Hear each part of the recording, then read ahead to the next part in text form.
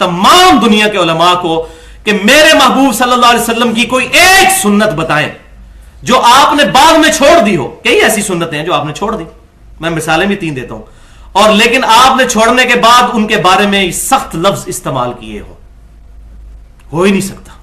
سرکش گھوڑوں کی دمیں, حضور اپنی سنت کو یہ کہہ سکتے ہیں؟ والعیاذ باللہ. میں آپ کو مثالیں دیتا ہوں. بخاری اور مسلم کی متفق علیہ حدیث ہے, آپ صلی اللہ علیہ وسلم نے فرمایا کہ میں نے تمہیں 3 دن تک قربانی کا گوشت رکھنے کی اجازت دی تھی, اور وہ اس لیے کہ اس وقت مسلمان غریب تھے. اب میں تمہیں اجازت دیتا ہوں کہ قربانی کا گوشت سٹور کر سکتے ہو. That's all. کچھ نہیں کہا کہ اس وقت میں نے تمہیں جو یہ کہا تھا تو اب یہ کہہ رہا ہوں, بس دیٹس آل. صحیح مسلم میں حدیث, آپ صلی اللہ علیہ وسلم نے فرمایا میں نے تمہیں قبروں پر جانے سے روک دیا تھا, لیکن اب میں تمہیں اجازت دیتا ہوں کہ تم قبروں پر جاؤ تاکہ آخرت کی یاد آئے. بخاری اور مسلم کی متفق علیہ حدیث ہے, صحابہ کرام کہتے ہیں جب ہم حبشہ سے ہجرت کر کے واپس آئے تو ہم نے آپ صلی اللہ علیہ وسلم کو نماز پڑھتی ہوئی حالت میں پایا تو آپ کو سلام کیا, اور آپ صلی اللہ علیہ وسلم نے سلام کا جواب ہی نہیں دیا, حالانکہ پہلے آپ صلی اللہ علیہ وسلم نماز کے دوران بھی جواب دیتے تھے, اس وقت تک اجازت تھی. تو سلام پھیر کر آپ صلی اللہ علیہ وسلم نے فرمایا کہ نماز مشغولیت والا کام ہے, اس لیے میں نے تمہیں بعد میں دیا. تو صحابہ سمجھ گئے کہ یہ بھی منسوخ ہو گیا. کوئی سخت لفظ نہیں استعمال کیے کہ یہ کوئی نماز ہوتی تھی پہلے, یہ کوئی باتیں ہوتی تھیں, یہ کیا فضول طریقہ ہوا کہ نماز کے درمیان میں گفتگو کی جائے, سلام کا جواب دی. کوئی بات نہیں کی, کیونکہ آپ خود کرتے رہے ایسے. اب یہاں اگر حضور یہ خود کرتے ہوتے ہیں رفع الیدین والی, اگر یہ رفع الیدین کے اوپر لگاتے ہیں تو یہ خود بھی مانتے ہیں کہ نبی صلی اللہ علیہ وسلم یہ کہتے ہیں جی حجۃ الوداع تک بھی کرتے رہے ہیں. وہ ماننا پڑتا ہے. 9-10 ہجری کے صحابہ مسلمان ہو رہے ہیں جو رفع الیدین کی حدیثیں بخاری اور مسلم میں بیان کر رہے ہیں, اس سے تو چھٹکارا ہی کوئی نہیں ہے. تو معاذ اللہ استغفر اللہ ثم معاذ اللہ استغفر اللہ. کیا نبی صلی اللہ علیہ وسلم اپنی 63 سالہ مبارک زندگی میں سے 62.5 یا 63 سال تک معاذ اللہ استغفر اللہ یہ کام کرتے رہے؟ میں تو کہتا ہوں اس کے بعد بندے کا ایمان ہی برباد ہو جاتا ہے. توبہ کریں گے سارے بریلوی اور دیوبندی اور احناف کے علماء جو اس سنت کے بارے میں اس طرح کے کمنٹس پاس کرتے ہیں. یہ تو اپنے ملوں کو اور اپنے مسلک کو بچاتے بچاتے اپنا ایمان ہی نہ برباد کر بیٹھے. ان کو تو اللہ تعالیٰ خود ان کا حساب لینے والا ہے جن کے پیچھے چلے ہوئے ہیں. اپنے آپ کو بچاؤ, اپنا معاملہ سیدھا کرو. سرکش گھوڑوں کی دمیں, اس کے بارے میں یا کہنا یہ مکھیاں اڑانا ہے, اس پہ جس نے آج تک کبھی بات کی زمانے جاہلیت میں خود بھی کرتا رہا, میں خود بھی حنفی رہا, بریلوی دیوبندی رہا 31 سال تک بریلوی, اس کے بعد دیوبندی ہوں. تو میں نے بھی الحمدللہ اس معاملے میں توبہ کی ہے. اب امام بخاری رحمۃ اللہ علیہ نے بھی جز رفع الیدین میں یہ روایت نقل کی ہے, اور کیا جواب دیا ہے. وہی بات ہے کہ وہ سخت بات اگر میں کروں گا تو ہضم نہیں ہوتی. میں پھر امام بخاری کے ریفرنس سے یہ بات کرتا ہوں. جز رفع الیدین میں 37 نمبر حدیث لے آئے ہیں یہی گھوڑوں کی دموں والی, جابر بن سمرہ سے. اس کے بعد امام بخاری کہتے ہیں کہ یہ حدیث تشہد کے بارے میں ہے. تو امام بخاری نے 37 نمبر حدیث جز رفع الیدین میں کمنٹس کیے, یہ تشہد کے متعلق ہے. پہلا جواب انہوں نے کیا دیا, وہ کہتے ہیں جس کے پاس علم کا تھوڑا سا بھی حصہ موجود ہے, رتی برابر بھی علم ہے, وہ کبھی بھی یہ جرت نہیں کرے گا کہ اس حدیث کو رفع الیدین کے خلاف لے کر آئے. یہ تو جواب تھا ان کا ذرا نرم. دوسرا جواب ہے پھکی والا, لاجیکلی. وہ کہتے ہیں کہ اگر یہ نماز کا سکون برباد کرتا ہے تو تم پہلا رفع الیدین اور عید میں بھی رفع الیدین کرنا چھوڑ دو. دیکھو امام بخاری بھی پھکیاں دیا کرتے تھے. وہ کہتے ہیں عید میں جو تم 6 تکبیرات کہہ رہے ہوتے ہو اور تم کہتے ہو یہ سرکش گھوڑے, تم سال کے بعد ایک نماز پڑھنی ہوتی ہے اس میں تم بھی گھوڑے بنے ہوئے ہوتے ہو, تو چھوڑو. اور آگے چل کے انہوں نے ذکر کیا وطر والا جو قنوت سے پہلے رفع الیدین, وہ ہمارے نزدیک بھی ثابت ہے 3 تابعین سے. الحمدللہ ہم اس کو افضل سمجھتے ہیں اس اعتبار سے کہ رفع الیدین کا ثواب تو ملے گا. یعنی دعائے قنوت سے پہلے, رکوع سے پہلے, دعائے قنوت سے پہلے اللہ اکبر کہہ کے رفع الیدین کریں اور دوبارہ ہاتھ باندھیں. ہم تو اس کے بھی قائل ہیں کہ چونکہ قیام میں اللہ اکبر ہوتا ہے سجدہ قرات کے لیے رمضان شریف میں, تو اللہ اکبر کہہ کے رفع الیدین کر کے سجدے میں جانا چاہیے. جز رفع الیدین کی 38 نمبر حدیث میں ایک اور ترک لے کر آئے جابر بن سمرہ والا, یہی گھوڑوں کی دموں والا. پھر انہوں نے اپنے ایمان کا بھی اظہار کیا جس طرح میں نے کیا ہے, اس سے بھی بڑے انداز سے. انہوں نے کہا کہ جو بندہ یہ گھوڑوں کی دموں والی حدیث رفع الیدین پر لگاتا ہے اس کو ڈر جانا چاہیے کہ رسول اللہ صلی اللہ علیہ وسلم کی حدیث کی غلط تعویل کر رہا ہے. اور یاد رکھ کہ اللہ نے قرآن میں فرما دیا ہے سورہ نور آیت نمبر 63, توبہ توبہ توبہ, یہ آیت امام بخاری نے بیان کر کے ڈرایا, فَلْيَحْذَرِ الَّذِينَ يُخَالِفُونَ عَنْ عَمْرِي, ان لوگوں کو ڈر جانا چاہیے جو رسول اللہ کی بات کی مخالفت کرتے ہیں.